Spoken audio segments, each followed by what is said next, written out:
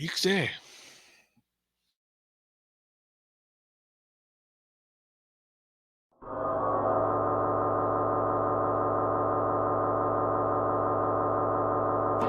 You are interested in the unknown, the mysterious, the unexplainable. That is why you are here.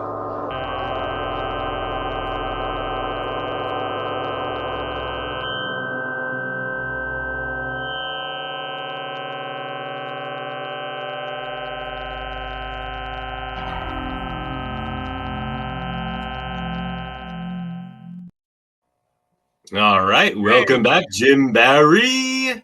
Thank you, sir. Thank you. Hello, everybody. Hello, YouTube. Hello, Jason.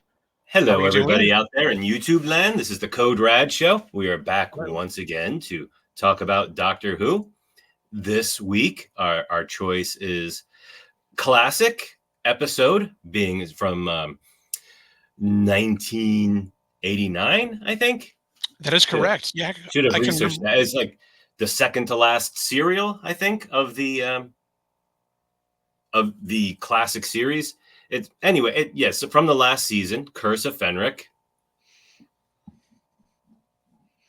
Yeah, I remember it debuted in the UK in '89, but it didn't come here. We didn't see it until 1990.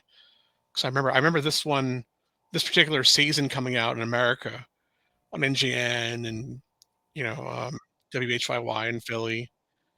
It was kind of cool growing up in this area because you actually could watch Doctor Who on two different stations. You could watch it on WHYY from Philly, and then NJN,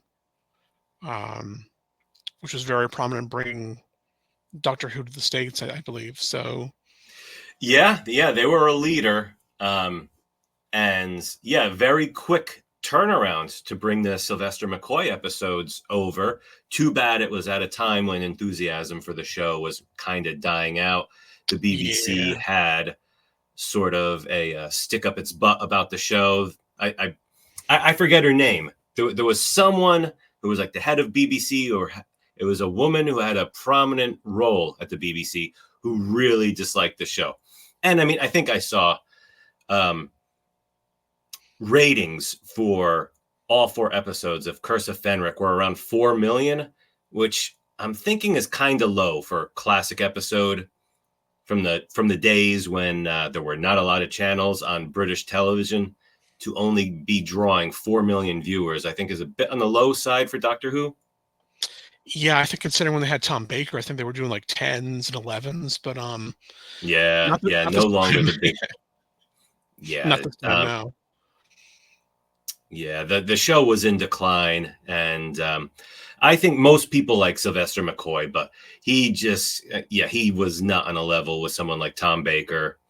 And to tell you the truth, watching this episode in pretty quick turnaround after watching Vengeance on Varos, I got to say, I don't think Sylvester McCoy really had, the commanding presence that Colin Baker had. I like Sylvester McCoy, but he just, he was not, he was not a commanding figure. I think he was a great actor. He always seemed, his doctor always seemed conflicted. Like when he first started, he was rather clownish, mumbling. And later on, his character got more dark.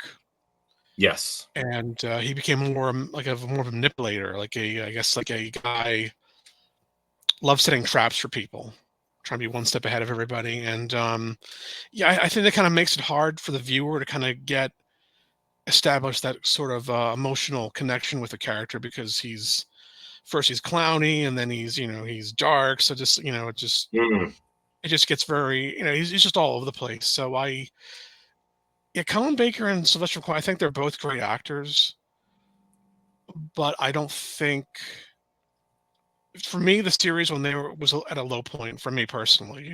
I think I've heard they're really amazing people for fans of both of them, and they're definitely, they wouldn't have the job if they weren't great actors, because they both are. But I wouldn't rank them among Tom Baker or David Tennant or John Pertwee or Patrick Troughton or those guys. So personally, not yeah, not a highly ranked doctor. I mean, I love all the doctors. I think they're all great in their own way. Yeah. Up definitely in the classic run. I think they were all fantastic. I'll even throw in oh, I can't remember the guy's name from the Fox movie at the moment, but Oh, he Paul was great McGann. too. Paul McGann was fantastic too. Um, you the show itself, Doctor Who. I mean, like as you said, they were struggling to find like a voice for the Doctor. Yeah. So they brought in this thing where he's like a master manipulator, which I have mixed feelings about. I feel like they were trying to evolve the show, and it's very tricky. Is like when a show is over 20 years old. At that point, it was probably getting close to 25 years old or Yes. something like that. Yeah, probably about 25 years old. You can't keep doing the same thing. But then if you mess with the formula, it feels like they were trying to get more serious, more depth to the character. That, now the Doctor, even though Sylvester McCoy kind of looks kind of like a kindly grandfather, although looking at him now, watching Curse of Fenric now, he kind of looks shockingly young. But he's kind of like, a kindly father figure, but then he's also this manipulator, playing chess. Literally in this episode, he defeats the enemy with chess in the 3rd century or something. He imprisoned him through a chess game, something like that. We'll get into the plot in a minute.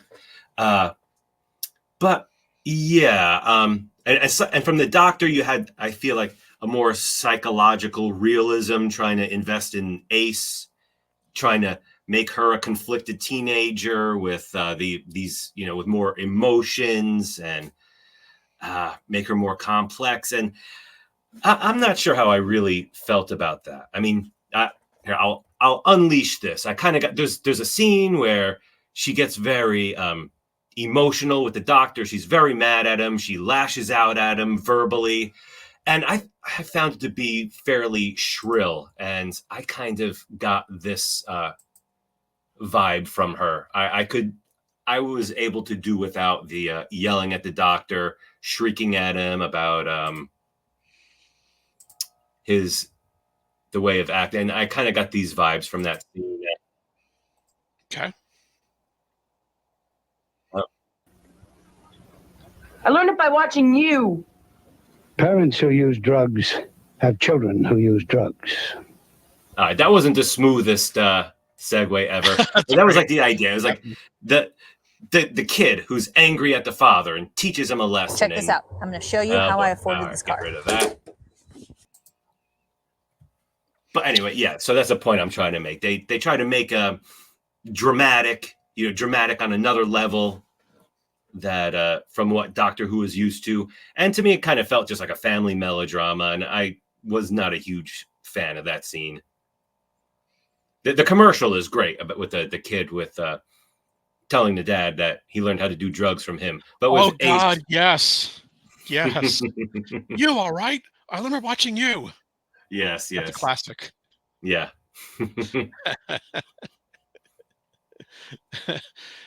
No, I know what you mean. Ace, though, is actually my favorite female companion. Some people like Perry. I get it. Some people like Leela. I get that too. Some people like Sarah Jane, but Ace was just a badass. She wasn't really this typical damsel. Oh, doctor, save me! Oh, she wasn't like that. She was just, She had, the bat. She had the Nitro 9. Apparently the showrunners, they wanted a companion that wasn't a screamer, was more of a fighter, and yeah, she definitely was that. Just didn't take any shit. I think I remember she hit a Dalek with that huge baseball bat that she carried. Oh yeah, I remember the baseball bat. It is not present in this episode. No, not at all. No. But yeah, I think that aspect of her character was definitely a part of the show trying to evolve beyond what the old style companions were like. Have a companion who is more about taking charge and even maybe will challenge the Doctor, even though the other companions would challenge the Doctor too. They were not quite as confrontational like Ace is in this episode. No, she definitely. A lot of the companions were not confrontational, but she definitely was. Well, I guess he did say some really disparaging things about her, which I think would have hurt somebody you're traveling with. But do you think he knows something? But I know why he had to do that, because he had to pretend he was not fond of her. He had to say those things just to save her. He was just trying to save her. Yes, that was if I read it correctly. I mean, this has a very convoluted plot. There's a lot of stuff going on. I think I got most of the idea. And one of my main themes about that I wanted to talk about this episode is that I feel like this episode is kind of the template for the reboot that happened in 2004. Watching this, I'm like, the Russell T. Davies series really was like season 27 or series 27 of Doctor Who, rather than like a radical reinvention. While I was watching this episode, I was thinking, well, yeah, that's kind of similar to what they were doing in, Christopher Eccleston's first series. And I feel like Stephen Moffat took a lot out of this as well. Like that whole part with the Doctor insulting Faith, or insulting Ace, so she loses faith in him. Yes. Because that was a whole part of the episode I did not like. The idea that you could stop these aquatic vampires by having faith. And it's like, well, all right, so crosses don't work. And that annoys me a bit when you have vampires, but you don't want to have the whole, Christian grounding of the vampires. And that seems superstitious and unscientific to you or whatever. So I don't like it when they deconstruct vampires, or, do like a revisionist version of vampires and are like, well, yeah, the cross thing doesn't really work, but the Doctor repels. I forget. Does he repel? Yeah. Does he repel Fenric, or does he repel the ancient one? The the aquatic creature. He does it by chanting the names of his companions.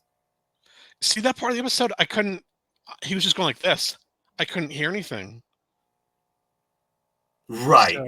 Yeah. That is very difficult to know what was going on. I thought he had some kind of Time Lord song or something he was singing. Or something. So that was a very It was not clear what was going on, and I found that part kind of annoying. And so that's what the Doctor does in insulting Ace, because that breaks her faith in him, but that allows the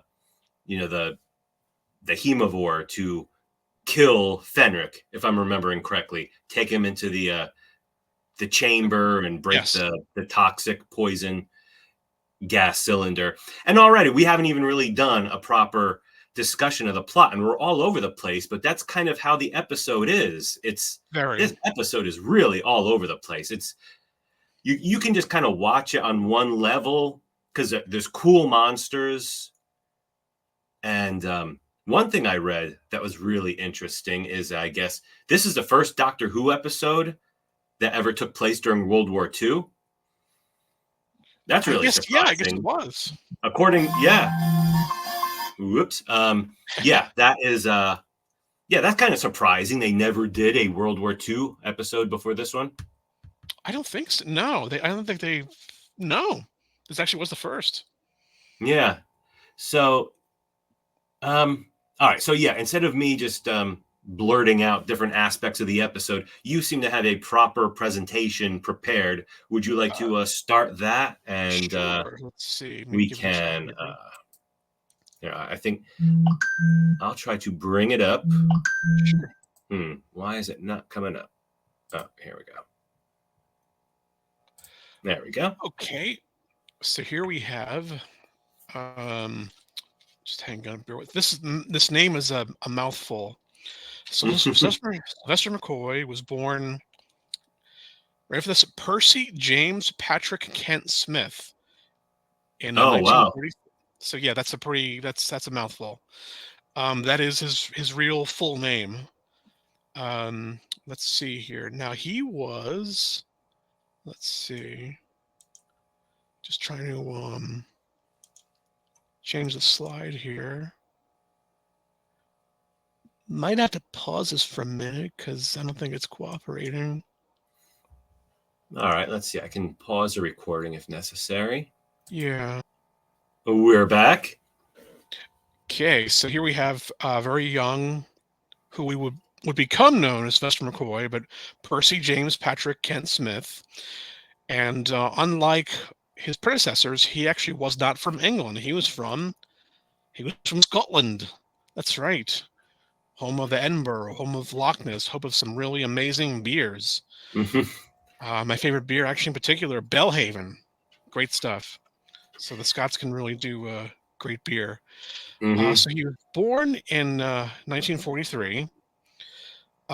He had a rather rough life. He never met his father. His father actually died during World War II. So maybe that could be a factor of why they chose the time period. His mother, on the other hand, suffered a nervous breakdown when Sylvester was only 8, and that she was eventually institutionalized. So yes, I think a lot of folks that have a rough upbringing, they turn to comedy for an escape. Yeah. And that's eventually what he did. Eventually. So now there was before his stage name, there was an actor, and actually an American actor named Ken Smith, who I wasn't too familiar with, but he didn't want to be confused with this guy. They don't really look alike, but I can see. Yeah. Well, there's also like union rules and stuff like that. I don't think you can have. Oh, I forgot about that. Yeah. Yeah, I think you gotta have a different name if someone is already, a registered actor. You got like Michael come Keaton. Up with a new name. Yeah. Yeah, no, makes sense. I think when he was in his teens, Sylvester moved to London, and he worked in insurance, I believe, but also he worked at the box office at the world famous Roundhouse in London. And I don't. Did you happen to go here when you were there, or apparently it's been there for a while? Yeah, looks it. You can tell. I don't recall ever even seeing it, so definitely didn't see a show there. Yeah, look, it's still there, and it was there that he met a gentleman by the name of Ken Campbell, who was a famous a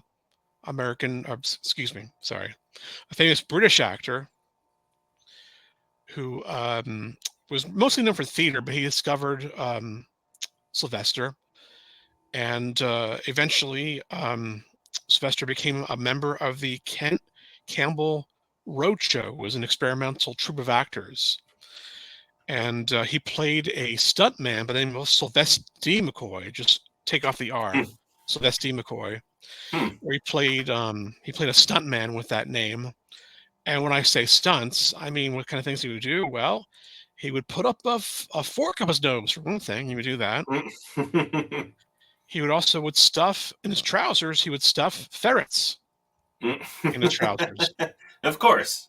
So yeah, well, that's what you do. So yeah, I'm sure that got a lot of laughs. I'd be kind of worried that certain body parts would get a little scratched or bitten, but hey, it's all for showbiz. So, so I'm gonna put two ferrets in my pants. Let's see. So after that, he appeared in a lot of kid shows. Do you know this one? Are you familiar with this? No, Okay. I don't think I've ever seen that before. This is Tiswas. This is Saturday Watch and Smile is what it stands for. It's an acronym. And I thought this was a rather interesting choice for a mascot for a kid's show. Yeah. But apparently he's holding two custard pies. So all right, yeah. It looks like a little different, but yeah, I mean, not any worse than the original Chuck E. Cheese. No, that's true. That's true. So I guess like you, all right, I learned from you. It's like he bought those drugs from this guy right here. That's what he Yeah. has. Tunings of drugs. So here he is on Tiswas. You can see Sylvester, no R. Now, here's another show. I don't know if you've ever, it's kind of going off topic, but I got to show you this. This is just, there's another show in England during the 70s and early 80s called Jigsaw, and he was on that too. But this show, Jigsaw, they had a very peculiar looking character called, I give you folks, Mr. Nosy Bunk. That's right. Oh, boy. Mr. Nosy. Now, I'm beginning to understand why English people are the way they are. You think? Start drinking at an early age. Like, really, what the, England, I love you, but, we love you. I have respect for, your culture, and you're very funny, but what the hell is that? It's like, seriously, that's like, that's not nightmare fuel. I don't know what it is. Yeah. That's just, that's for a kid's show. So, I'm sure they thought, oh, they'll love it. They'll think it's great. But I'm sure remember that episode of The Simpsons with the clown and Homer. Can't sleep, clown will eat me. Yeah, yeah, and yeah. To be honest, I'm not even 100% sure that guy is wearing a mask. I like his dinner jacket on his bow tie. That's kind of cool. But here he is again with Yeah. Yeah, that's right. So that actually was a character, Mr. Nosy Bonk. So kids, be good. If you are bad, Mr. Nosy Bonk will come in your closet and do something. Yeah, I would behave. Brings us to finally, so this episode, I don't have many more slides left. This episode, I thought it was okay. This, again, from my opinion, this run of Doctor Who, I think, was kind of a low point for me, but I loved, let's see, jumping ahead here.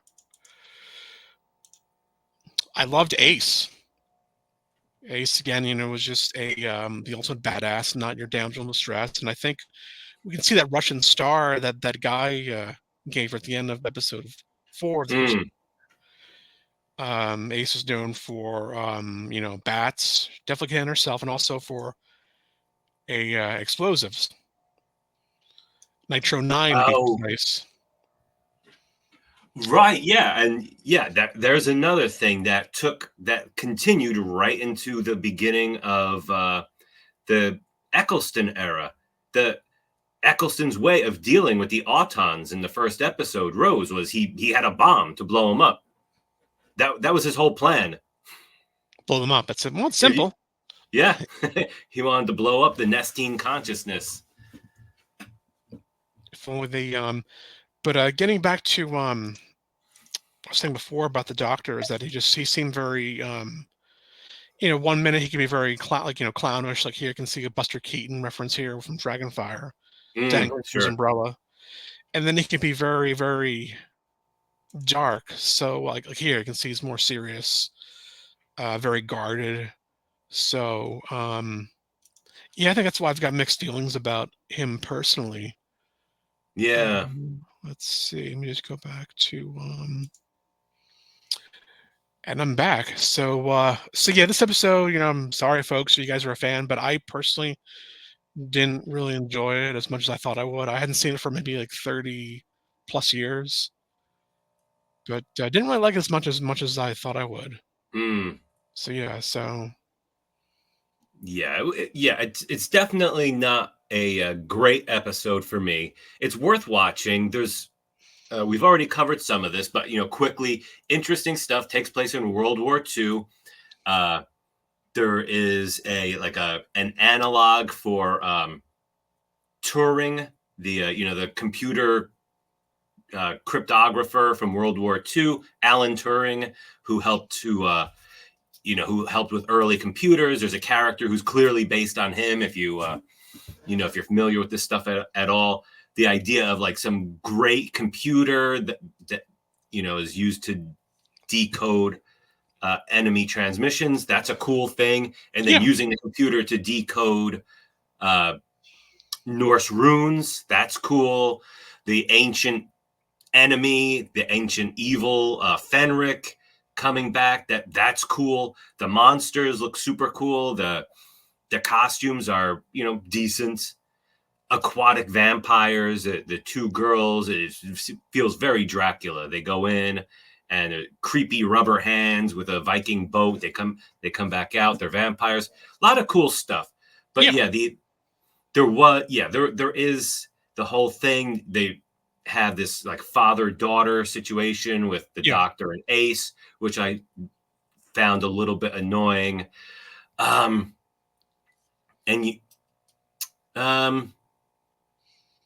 me say, I think I have like 2 more points to make.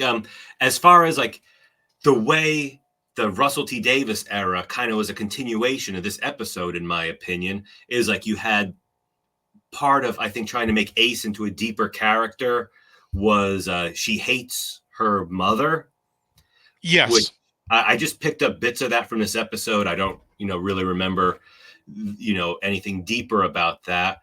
But then, this episode is about a whole time loop where she saves her mother when her mother was a baby during World War II. And Russell T Davies did something very similar. I forget if he wrote the episode, but of course, one of the famous episodes from season 1 of the Christopher Eccleston season was just flat out called Father's Day. And it was about Rose coming to terms with her dad. So pretty similar. Yeah. And I think maybe like a good illustration of how things used to be compared to how things have evolved in the 21st century. Whereas back in the 80s, it kind of embedded this, this mother stuff that, the character who hates her mother is kind of embedded in this crazy story with, underwater vampires and future vampires and all this crazy stuff. And then you have like this thing with Ace and her mom. Whereas in the more modern one, the whole episode was pretty much just about Rose and her dad. There was like some time travel stuff, some time loops and stuff in that one too. But I mean, they just flat out named that episode Father's Day. It was really, the episode was all about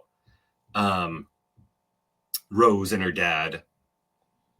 And one thing that I kind of touched on before, the thing that really stuck out the most for this episode for me, and I found it a very annoying and interesting thing that they did, is how we talked about before, how, they say it's not the cross that repels vampires, but it's your faith, it's your feeling, which is also something I think one of the things I really hated about the Moffat era is that was a plot device he used a lot, where if the characters just felt a certain way, or if they thought something, they could defeat the enemy. And to me, that is trash. I hate that. I can't stand it. But in this episode, the Curse of Fenric, they show a priest trying to repel vampires with a Bible, even though, technically they're not supposed to be vampires or herbivores. The priest with the Bible does not work on the monsters. But then later on, a Russian soldier holds up the the Soviet symbol, the hammer and sickle, and the hammer and sickle repels the monsters, whereas the Bible was useless against them. I'm like, the BBC is a state-owned, broadcast network in the middle of the Cold War, and to me, that is pretty much Russian propaganda that they are showing that religion does not work, but communism does. I thought that was wild to have that. And then, Ace is, given an award, sort of a medal to put on her jacket that is the Soviet hammer and sickle.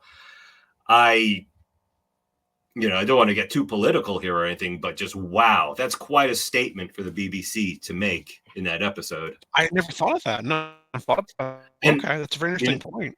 I've done some reading on it, and I have not read someone else.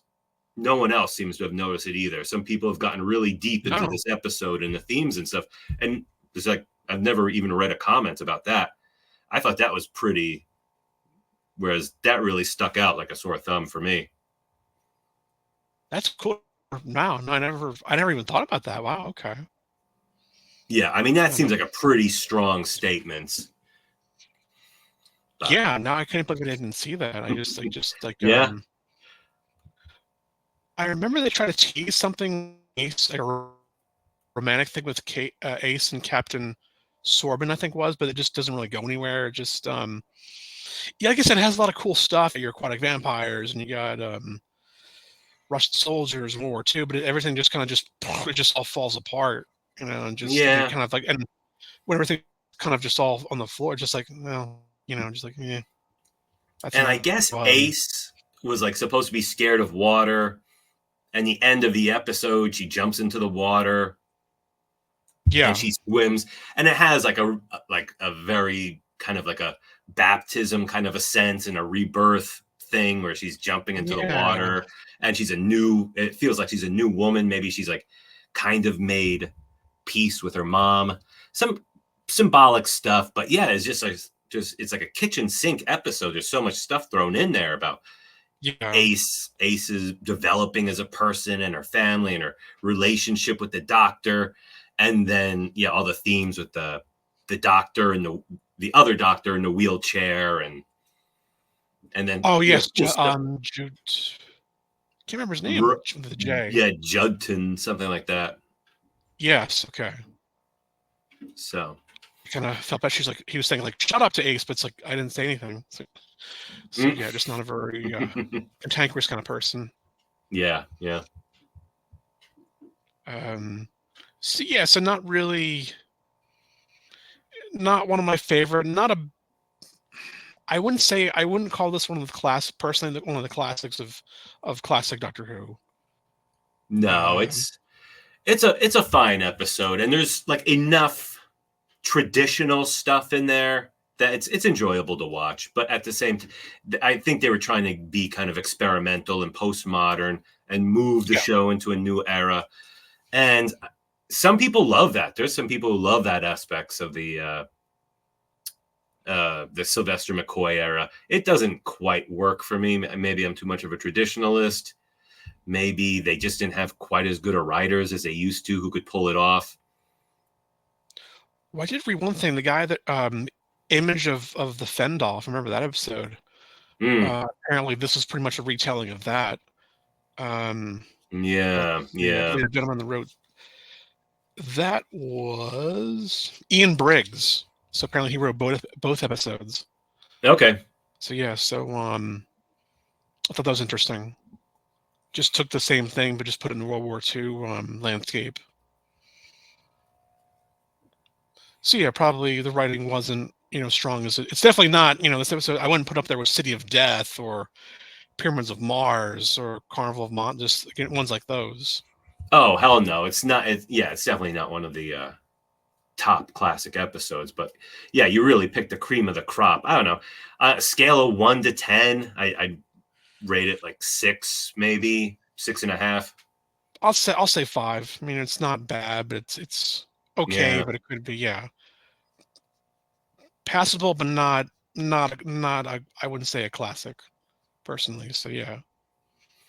All right. I should have pointed this out at the beginning of the episode, but this the subject matter was a request from our friend Alex Strang. Wanted to hear our opinions about Curse of Fenric. Thank you. I'm flattered and honored that someone was interested in what we had to say about the episode. I don't probably not too thrilled about our opinions about it, but that's that's the beauty of the internet and science fiction communities and all that kind of stuff. Just opinion of two fans, Shout out to Alex. Thank you. Maybe maybe you could do a response video for us, or come on, share your opinions about Curse of Fenric or whatever. So I think we've gone on long enough. What do you think, Jim? Anything else to add? Yeah, no, Alex, thank you very much. I'm sorry I didn't really enjoy it as much as you did, but you know, it's just two fans' opinions. You know, that's but yeah, don't But yeah, if anybody out there if watching, hopefully many of you are watching. I hope. If you have a request for a particular episode you want us to cover, if it's William Hartnell or Peter Trouton or John, Pertwee, Tom Baker, whoever, we can cover it. Absolutely. Yeah, let us know. All right. Thanks, Jim. All right. No problem, guys. Take care, Jason. Goodbye, YouTube. Take care. Arrivederci.